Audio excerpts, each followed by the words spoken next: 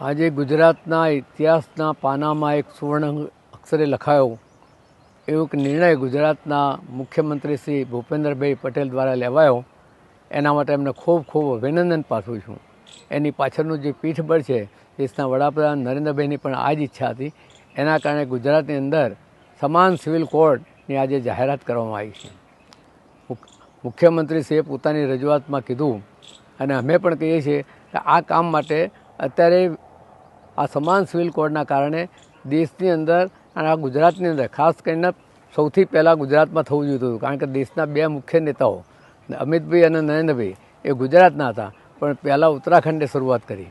હવે બીજી શરૂઆત ગુજરાતે કરી છે, પણ સારી શુભ શરૂઆત કરી છે એટલે અભિનંદનને પાત્ર છે.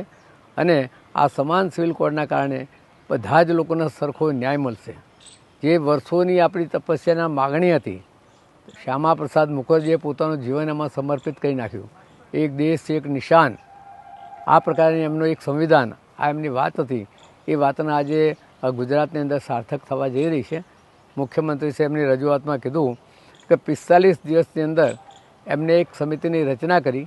એમાં નિવૃત્ત સુપ્રીમ કોર્ટના ન્યાયાધીશ રંજનાબેન દેસાઈ અને મીના સાહેબ જે છે આઈએસ રિટાયર્ડ આઈએસ ઓફિસર, એમને પણ એક સભ્ય તરીકે, સાથે શ્રી કોડેકર સાહેબ એડવોકેટ છે, સિનિયર એડવોકેટ, એમને પણ એક સભ્ય તરીકે નિયુક્તિ કર્યા છે. અને સુશ્રી ગીતાબેન શ્રોફ એ પણ એક સામાજિક કાર્યકર્તા છે.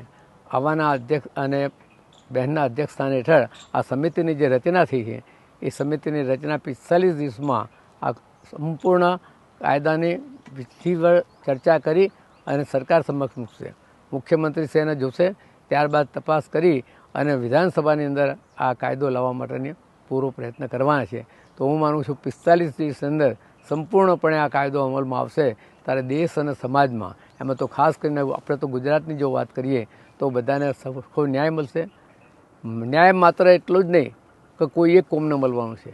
વનવાસી ક્ષેત્રનો પણ એમાં વિચાર કર્યો કે એમને ધર્મ પરંપરાનો પણ વિચાર એને કરવામાં આવ્યો છે.